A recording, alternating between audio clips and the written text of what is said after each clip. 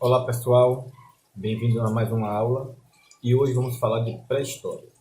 Quando a gente fala de pré-história, tem uma pergunta que não sai da cabeça, né? Que é a seguinte: de onde vieram os seres humanos? E quando a gente pensa nisso, não tem jeito, a gente tem que falar de criacionismo e evolucionismo. Então fica aí com a nossa aula de hoje e aproveita. Qual a diferença entre criacionismo e evolucionismo? O criacionismo e o evolucionismo são duas teorias que buscam explicar a criação e a evolução da vida e do universo. O criacionismo se baseia nos livros sagrados das religiões monoteístas, como a Torá para o judaísmo, a Bíblia para o cristianismo e o Corão para o islamismo. Defende que a vida e o universo foram criados por um ser sobrenatural, um Deus onipotente e benevolente. Já o evolucionismo se baseia no conceito da seleção natural de Darwin, em que os seres vivos foram evoluindo e se adaptando até chegar ao ponto que estão hoje. O evolucionismo afirma que a vida na Terra surgiu de um ancestral comum universal há cerca de 3,8 bilhões de anos. É uma teoria no sentido científico da palavra, o que significa que é apoiada por evidências e aceita como fato científico. Já a ideia do criacionismo é baseada em relatos considerados sagrados e na fé, não em evidências. As principais afirmações do criacionismo. Algumas das afirmações mais aceitas pelos adeptos do criacionismo são: a existência de um Deus criador, o mundo foi feito em um período de 6 dias, o mundo tem apenas alguns milhares de anos, Deus interveio especialmente para criar as formas de vida na Terra, sem usar formas de vida anteriores e extintas para fazê-lo. O ponto de vista das ciências naturais sobre a idade do mundo e a origem das formas de vida atuais está equivocado. A teoria criacionista é compartilhada pelas 3 grandes religiões monoteístas: o judaísmo, o cristianismo e o islamismo. No entanto, as religiões politeístas, como o hinduísmo, também têm seu relato mítico sobre a criação do universo. Agora vamos à teoria da evolução, a teoria evolucionista. Nesse mapa mental aqui, gente, eu quis demonstrar um pouco da visão evolucionista. Aqui no cantinho de baixo da tela você vai ver o personagem Darwin, lá do desenho O Mundo de Gumball. Alguns de vocês devem conhecer. Para quem não sabe, Darwin, o personagem Darwin, é baseado na vida do naturalista inglês Charles Darwin, criador da teoria evolucionista, que é esse carinha aqui que vai aparecer.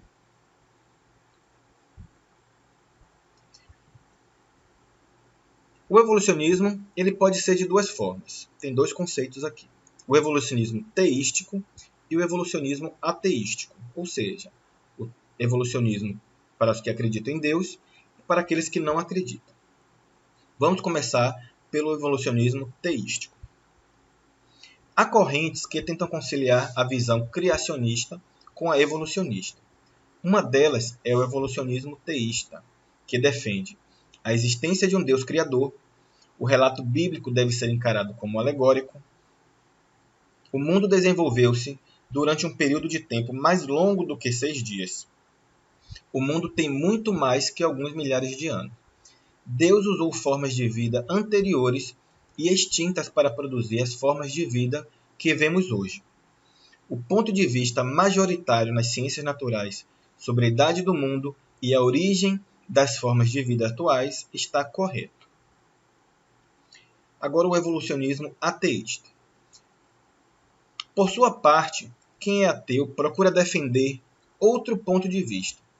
Há quem defenda o evolucionismo ateísta e as seguintes teses: não há Deus, ou pelo menos não temos razões para acreditar que ele exista. O mundo desenvolveu-se durante um período de tempo mais longo do que 6 dias.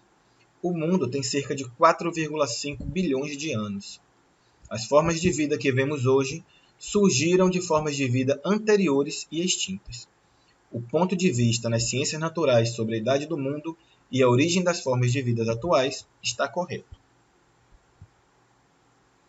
Como ocorre a evolução das espécies? A teoria evolucionista sustenta que os organismos vivos que não se adaptam ao meio ambiente não conseguem sobreviver.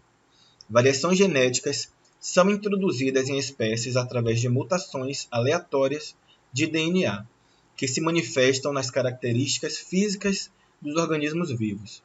Então, os organismos cujas características são mais adequadas para o ambiente sobrevivem e se reproduzem, passando seu DNA mutante para gerações subsequentes.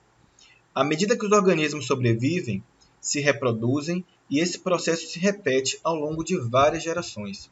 A espécie se torna mais apta para sobreviver ao seu entorno. Este processo é chamado de evolução.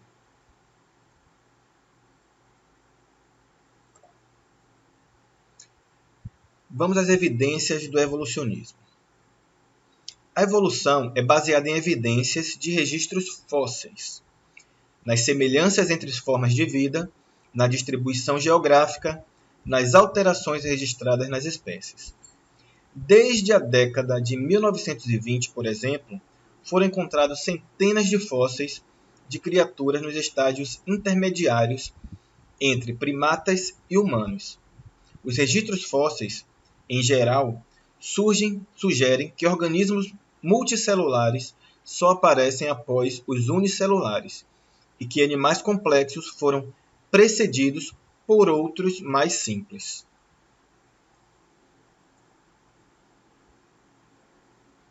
Aqui temos um mapa mental também das evidências do evolucionismo.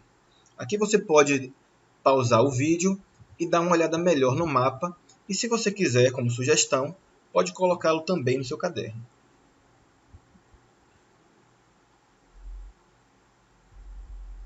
Agora vamos aqui falar algumas críticas às teorias criacionistas.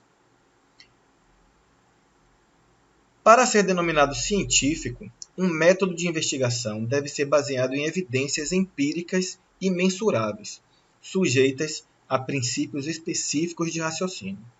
Isso significa que as hipóteses científicas devem ser testáveis. Críticos do criacionismo argumentam que essa teoria não é comprovável, ou seja, a existência de Deus não pode ser provada. Afinal, estudos científicos refutam muitos elementos do criacionismo, incluindo a idade da Terra, sua origem geológica e as relações dos organismos vivos.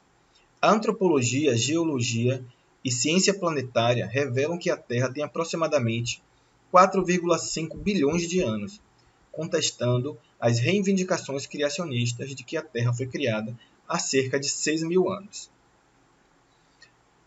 As teorias evolucionistas também possuem críticas.